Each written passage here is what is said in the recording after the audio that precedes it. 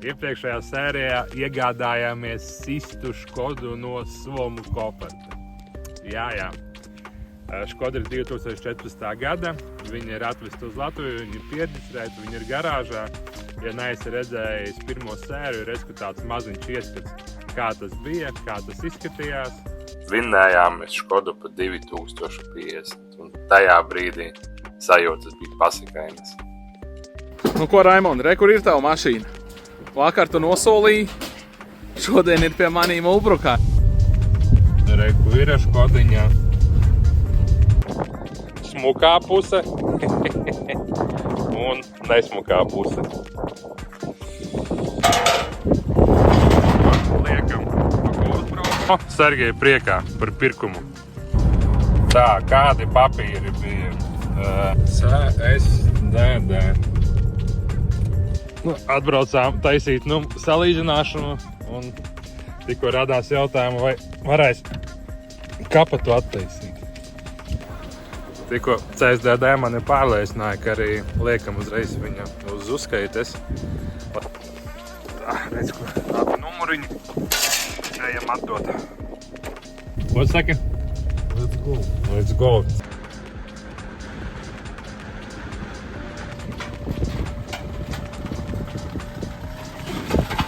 Viss, šeit mēs viņu remontēsim. Aizseju paspaidīt podziņas. Pirmais kopsavilkums par izmaksām. Tā kā uz šo brīdi Škoda ir izmaksājusi 3175. Kaut kā samulsināja, ka priekšā nav parkošanās sensoru. Nav tā, ka tas negatīvais ar pozitīvu izlīdzinājās. Tomēr šobrīd vairāk ir biku kā negatīvais. Šodien sērijā būs tāds maziņš apkopojums, kādas detaļas vajadzīgas, kas jāremontē, sāksim veikt pirmo demontāžas darbus un arī atnāk pirmās detaļas, kuras jau varēsim piemērīt. Bet viss sākas slikti. No rīta atnākot uz garāžu, redzu, ka zem mašīnas ir eļļas, dīzeļa, kaut kā pleķis, un tas mazliet sabojā garīgo. Jā, viss ir eļļā, kaut kādā benzīnā šķidrumā. Tā kā tas mazliet liek aizdomāties, un sērijas beigās būs naudas aprēķins, cik mēs iztērējām šajā sērijā, cik jau ir kopā iztērējis tās salikums kopā. Aiziet! Sākotnējā vizuāla apsekošanā redzams, ka ir diezgan daudz rūzas uz virsbūves, un bija bailes, kā varētu arī būt izrūsējis visa apakša. Dodamies pie Mārtiņa, pacelt mašīnas pacēlāju un apskatīties, kā tur izskatās apakšā.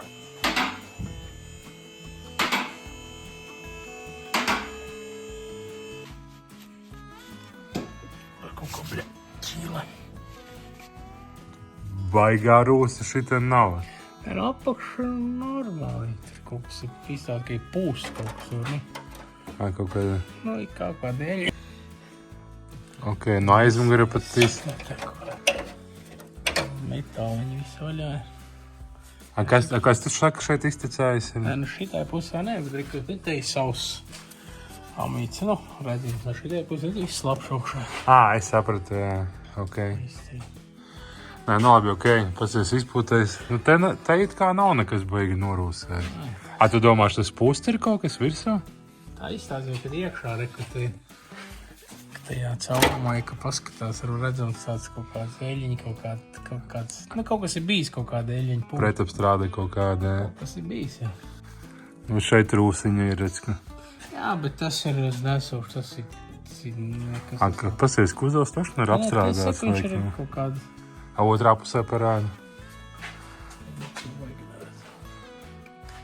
Tādā ziņā viņš ir kaut kas apstrādāts un... Baigi, te mēs iekšā, ka neiebrīdīs izcimā. Normāli. Ir kaut kāda rūfiņa, bet tur tā nav tik jau. Domāju, kas te ir. Šitas nav saliekts? Viņam nav taisnība? Vai kas tas ir? Tās viņš ir. Kustās kaut kas? Šarnieriņš bišķi, jā. luftīt, bet nav tā, bet mazākā problēma.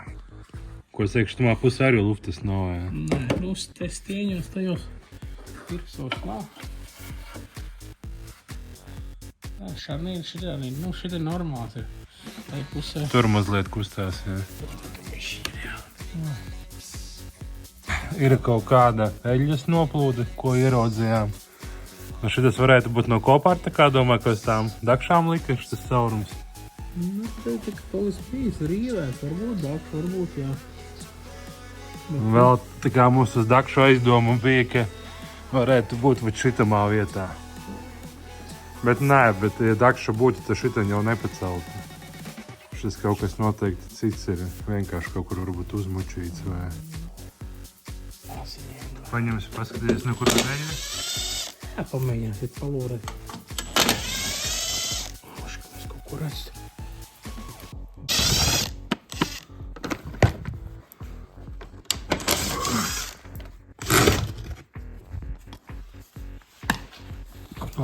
Tā mums ir labi pakrājies. Nē, redz, ko eļļa ir. Tā lampiņa kaut kur.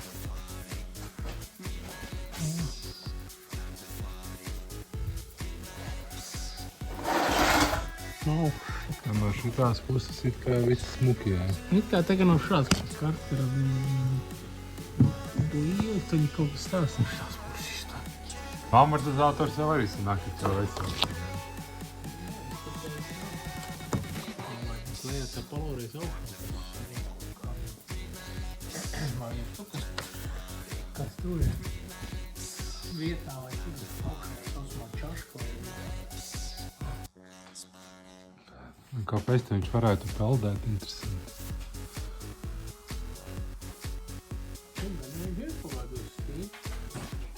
Tikko meistars Mārtiņš parādīja, šitas ritens ir pilnīgi taisni paralēla mašīnai. Šitas ritens ir iegriezies uz iekšu. Tā kā sanāk, kaut kur kaut kas noteikti ir. Pie reizes izdomājām arī apsekot motortelpu, apskatīties tur, kas un kā.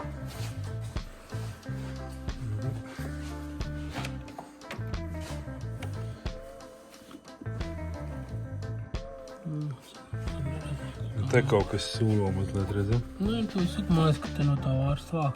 Nu, droši vien, ka noņem šitu te. Vākus es kāšu te. Ka cik te viss ir.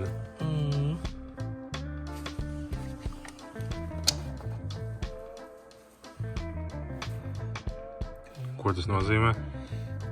Jūs vienmēr tā skatāties baigi. Nu, tāpēc, ka ja ir, nu, šādi redzat nosēdums, vai nu ir maz pārbraucienu, nu, vai nu augsts cienēzīs un tādu. Bet, nu, te nav nekas tā.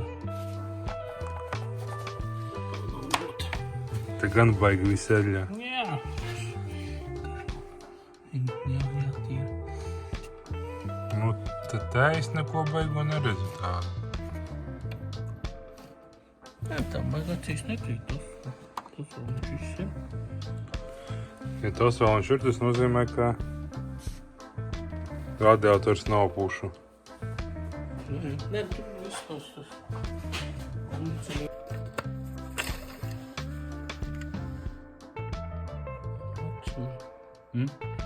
Maksimums, tad viņš tika padaudz.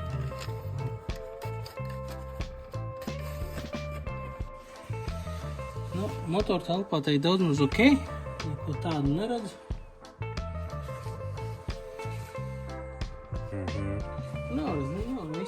Viss ir ok, nu. Nav nekad, pasies, nekur ne rūsis, nekā nav. Kā tas ir iespējams, ka te nav ārpusē viss ir? Te viss ir, jā, sterili, man redz, te viss ir, nu, vispār viss čotki.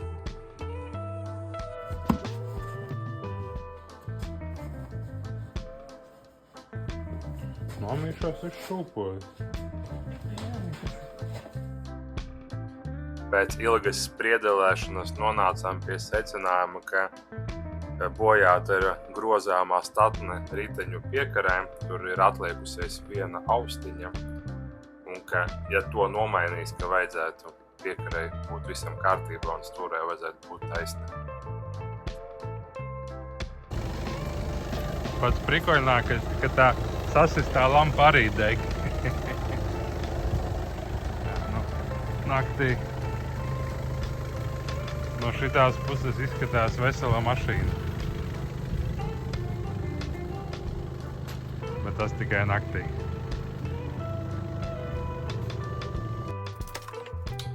Sākam pamazām demontēt virsbūves detaļas. Sāku ar aizmugurējo lampu. Diemžēl aizmugurē bukta iesitums ir krietni lielāks nekā likās sākumā. Sāku arī demontēt priekšu. Jocīgi, ka tās lampas korpus vienkārši pabir uz daudz sīkām detaļām un pat iekšas visas palika veselas. Respektīvi, tas korpus uztaisīs tā, ka viņš uztaisīs ne no kā, a iekšā ir diezgan viss stingrs.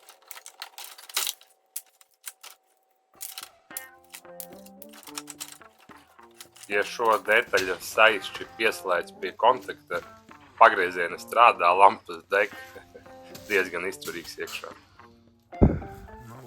Izjaucot, tā izskatās. Šitas noteikti jāpamaina. Kronšteins, šitas saliekts ir. Šitam izlūzes ir. Tā pa lielu un vispārējais izskatās vesels.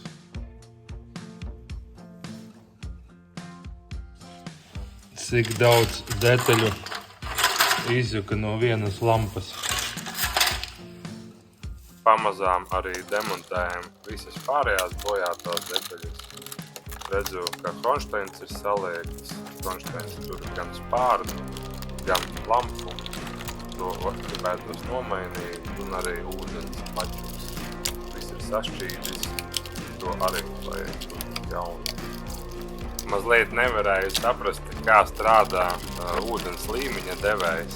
Vai ir šķidrums vai nav, bet izrādās, ka vienkārši uzspēlēs kontakts un respektīvi, ka ūdens ir vadiņa tā kā pa īsums laiet.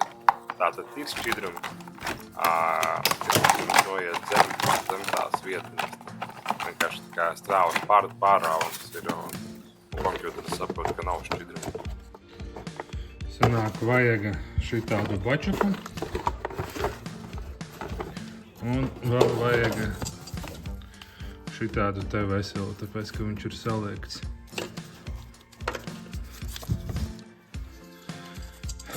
Vispārējais pagaidām izskatās dzīvs.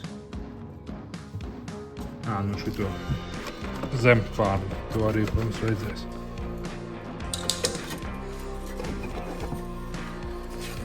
Šito gan bija, kur pačakarējāmies. Sanāk vajag šito lietu un šito lietu. Un pirmā detaļa ir klāt.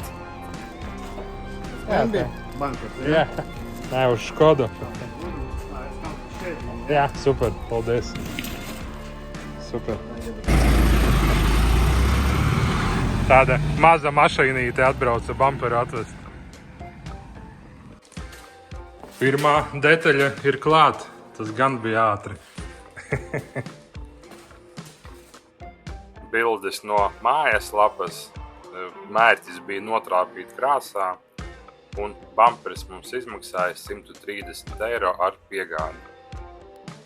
Ļoti interesanti, vai krāsas sadara.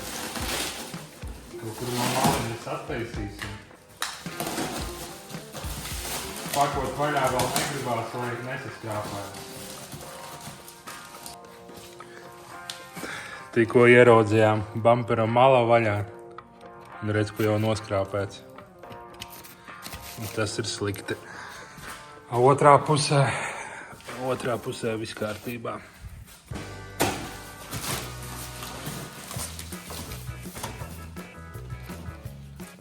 Gaismiņu ieslēgsim.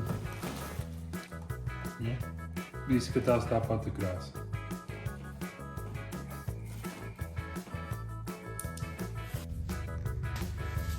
Šodien atnāca arī otra paciņa.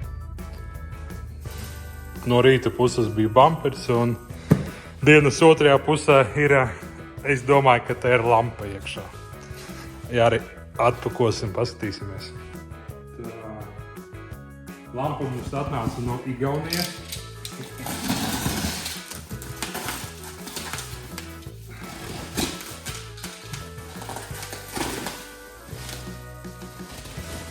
Ietīs labi.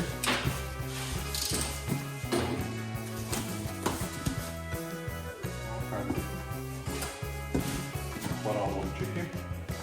Tad ir visu lampai.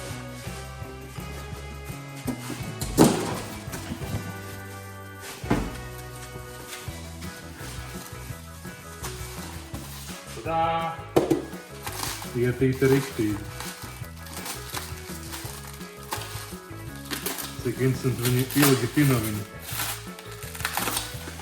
300 eiro. Labi pakojās.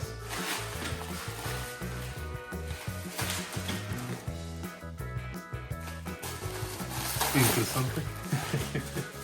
Laikam tas zem bumperu paiet.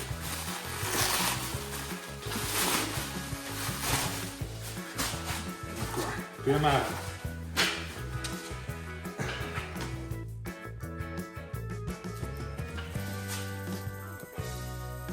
Es domāju, ka iespildīsim, paskatīsimies, kā viņi strādā. Paskatieties, te tādas uzlīnītas. Garantija, varantija. Bet tajās RRā, kas skatījāmies, tur nebija tāda uzlīnīta. Lampa ar piegādi no Igaunijas mums izmaksāja 290 eiro. Tas man godīgi sakot neīpaši patīk. Bumperi noņems.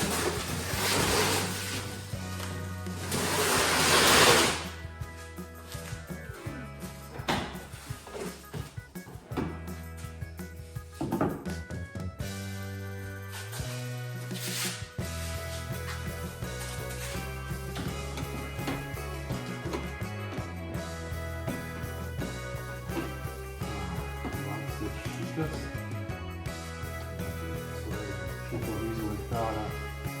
Tev vajag noņemt, noskūvēt. Tev vecais konštants palicis ir, redz, kur no vecās lampas šito noskrūvēsim un šito atlieksim. Tikko sapratu, lai viņu ieliktu kā nākus, vajag bumperi sākumā noņemt. Savādāk viņu vienkārši neielikt, tā kā vajag viņu kaut kā piesieti. Pa ātru nesanāk nostiprināt, bet ļoti gribās saprast, strādā vai nestrādā. O, iedegās kaut kas. Tālās ieslēdz. Nu, pamiršķina tā kā ar tālējām. Tagad izdzisa. Leds strādā. Tagad tuvās laikam iedegās. O, vēlreiz. Vēlreiz. Viss strādā. Super, paldies. Tā kā viss strādā, ņemam nost, liekam plauktā. Un tagad galvenais mums vajag šito detaļiņu sagaidīt, lai varētu jau stiprināt lampu, spārnu. Uz doto mirkli vairāk vai mazāk visas problēmiņas ir apzinātas, sanāk priekšā. Kreisā puse aizmugurē un stūrēšanas iekārtā vajag to detaļiņu pamainīt. Tad mašīnīte brauks taisni un vizuāli arī būs vesela.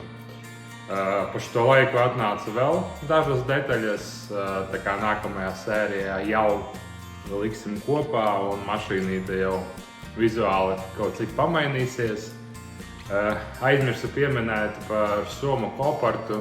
Ja tu domā arī tur kaut ko iegādāties, reģistrējies uz tā personas vārda, ar kuru arī reāli gribi to mašīnu vēlāk braukāt Latvijā, uzlikt uz uzskaitas, jo es šito Škodu nopirku sevis, un man nebija citu variantu, kā tikai uz sevis viņu reģistrēt. Tā kā, ja tu domā brālim, sievai, tētim, mammai un tā tālāk, uzreiz kopartā reģistrējies uz viņu vārdu, lai arī Latvijā varētu uzreiz uzskaitīt uz tā cilvēka vārda, kas potenciāli ar to mašīnu arī brauks. Tā, šajā sērijā mēs iztērējām 290 eiro par lampu un iztērējām 130 eiro par priekšējā bumperim. Pieliekam tam klāt pagājušās sērijas tēriņu, kas bija 3175, un šobrīd mums Škoda ir izmaksājusi 3595 eiro. Bet, kā jau teicu, vēl ir detaļas atnākušas, un nākušajā sērijā jau tā, tas kopējā aina būs jau mazliet skaidrāka. Paldies, ka skatījies, paldies, ka esi ar mani, paldies, ka jūti man līdzi. Ieraksti komentāros, ko tu domā par šo visu, un tiekamies jau drīz.